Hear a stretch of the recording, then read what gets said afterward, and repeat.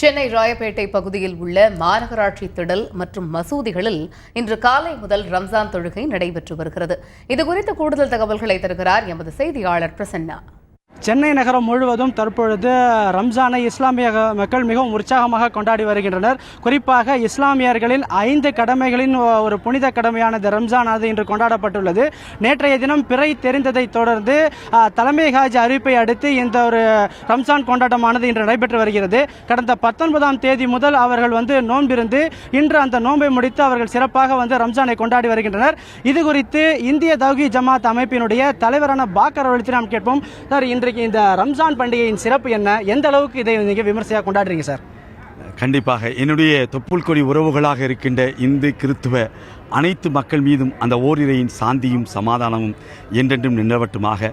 இந்த ரம்ஜான் என்பதனுடைய நோக்கமே இறையச்சம் என்பதுதான். இறையச்சத்தை பெற்றுக்கொள்வது. நோன்பு இருப்பதனுடைய நோக்கம், எனக்கு உணவு இருக்கிறது, எனக்கு என் மனைவி இருக்கிறாள், இருந்தும் கூட என் உணவை அந்த 14 மணி நேரம், என் மனைவியே நான் 14 மணி நேரம் தொடக்கூடாது என்று இறைவன் கட்டளையிடுகிறான். அந்த கட்டளைக்கு அடிபணிய வேண்டும் என்பது இந்த ரமலான். இந்த ரமலானுடைய அடுத்த சிறப்பு, திருமறை குர்ஆன் இறக்கி அருளப்பட்டது இந்த மாதத்தில் தான். திருமறை குர்ஆன் என்பது ஏதோ இஸ்லாமியர்களுக்கு மட்டும்தான் என்று நினைத்துவிடக்கூடாது. ஒட்டுமொத்த மக்களுக்கும் வழிகாட்ட வந்த அது ஒரு பொதுமுறை என்பது இந்த ரமலானுடைய கருத்து.